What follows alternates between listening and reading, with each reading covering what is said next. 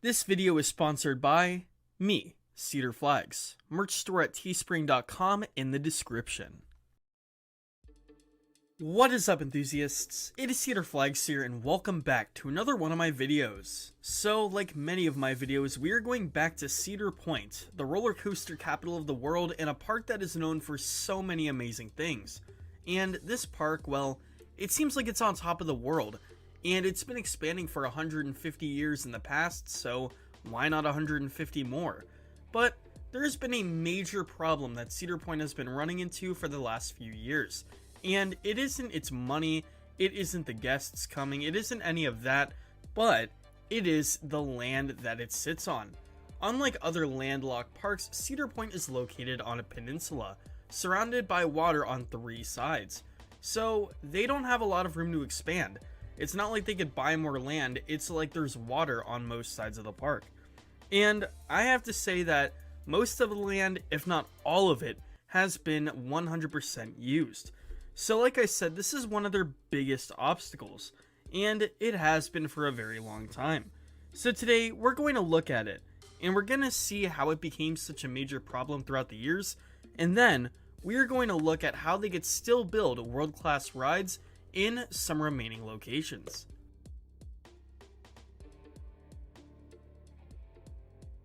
So, in order to look at the problem that Cedar Point has with all of the land that they have taken up, first we have to go all the way back into the past, to where Cedar Point was full of trees and nature and didn't have any sort of tourism, in the 1800s when it was just a fishing area. But in 1870 it opened up as a recreational family-friendly beach, and it went on from there. It grew into the amusement park we know today. But funny enough, it didn't expand overnight. In fact, Cedar Point for the first 90 or so years had a pretty modest approach, and all the way up until the 1960s, the park only expanded to where the Coasters Drive-In or Corkscrew Midway is today. That is right, it was only half the size as it is now. But how did the park expand in such a short amount of time relative to the park's history? Well, let's get into a little bit of a journey. In 1963, the Cedar Point and Lake Erie Railroad was built, and this was the first attraction to go beyond the park boundaries.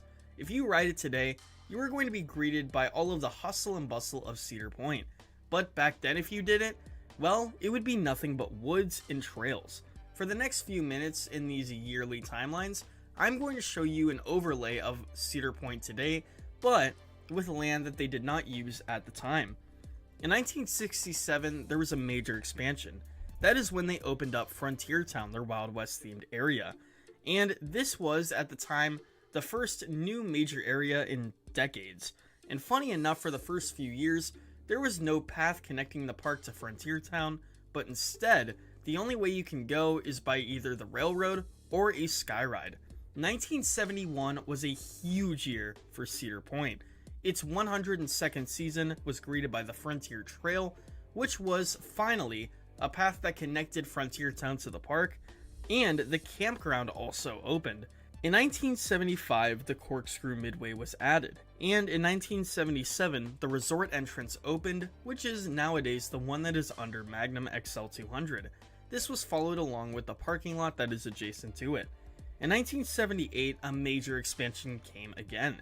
Gemini, the park's hybrid dueling coaster, opened up with the Gemini Midway, and the circle was officially finished. In 1986, they opened up Thunder Canyon, which got a lot of the Frontier Town trees. In 1988, Soak City was built, and that took up a bunch of land. In 1999, Camp Snoopy opened, and in 2000, Millennium Force opened. And finally, in 2012, Dinosaurs Alive, which is now occupied by Forbidden Frontier at Adventure Island, opened. And by this point, most of the land, if not all of the land, has been taken up. The image you're seeing right now on your screen is Cedar Point today, and it looks so different from what the park looked like in the 1960s. That is why the layout of the front and the back look so different. So it is safe to say that this is a weird problem, but it is very interesting. So how could they avoid it? How could they make a new attraction, and how can they continue to expand against the parks that have a bunch of room and don't need to close attractions or make use of their land to make their new world-class coaster? Well, this is where I could see some new attractions. So this part of the video focuses on modern day Cedar Point. We are not going to look at the past, but look at the current plot of the park and see some spaces that are either empty right now or could be empty in the next few years. The first one I want to talk about is still currently open, but it is used not that much anymore because it got replaced by something bigger. So the Raptor Picnic Groves is what I'm talking about. These are picnic groves in the front of the park by Raptor and Blue Streak. The reason that these aren't used as much anymore is because they built more of these pavilions in the boardwalk area of the resort. So these are basically useless. They look bad, they're outdated, and they just look trashy. So you could take these down and add a brand new roller coaster in its spot. Maybe even something like a Gerstlauer Infinity. I think that would be a very good fit for this area of the park. Though the front does have a lot of inversion machines, I think this one would definitely stand out. Maybe give it something different than Gatekeeper and Valraven, make it have its little own unique niche. The next area I want to talk about is something that really does fascinate me. Back in the late 2010s, they decided to tear down one of the oldest buildings at Cedar Point and the largest building from the 19th century, the Cedars Hotel, which begs me to question, one, why didn't this get a lot of controversy for such a historic building being torn down? And two, this empty plot of land is still standing. What are they going to do with it? And we still don't know, but I would love, and I mean love, to see something in this plot of land. And yes, it would be a new roller coaster. I could see something like a Mach Extreme Spinner fitting in here, though it would have to be very, very compact. The third plot of land that has been heavily talked about recently is the all-wheels Extreme Stadium plot. Now, we know that Wicked Twister is being replaced by a 2-story pavilion, but there is a plot of land next to it that remains empty, and the questions remain unanswered. The good news is we're probably going to get the answer soon, as this is probably a 2023 expansion. But we still don't know what it is, and I could see a commons area, but more interestingly, I could see a flat ride here, maybe even 2 or 3 flat rides that could add on to the park collection by Zamperla, maybe a Hawk, and maybe even a Sky Roller. They definitely need an inverting flat ride that comes with park admission. Finally, before we end off the video, I wanted to brush over a little bit of a solution that I thought of while making this video. So look at a park resort like Universal in Florida.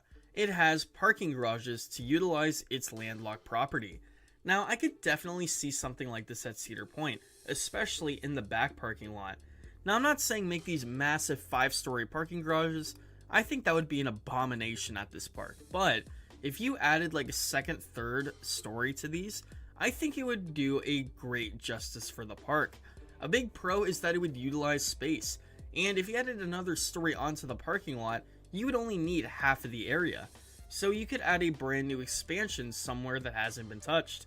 A con though, it would be very weird with the traffic aspect. When the park closes, there's going to be a lot of bottlenecking, and that could be a major problem. But if they do it right and play their cards right, I think they could definitely get away with this. Anyways, what do you think? How do you think this problem could be solved at this park? Do you think that Cedar Point's going to survive against parks with more land? And what do you think Cedar Point's going to add in the future in general? This is Cedar Flags, and I'll see you all later.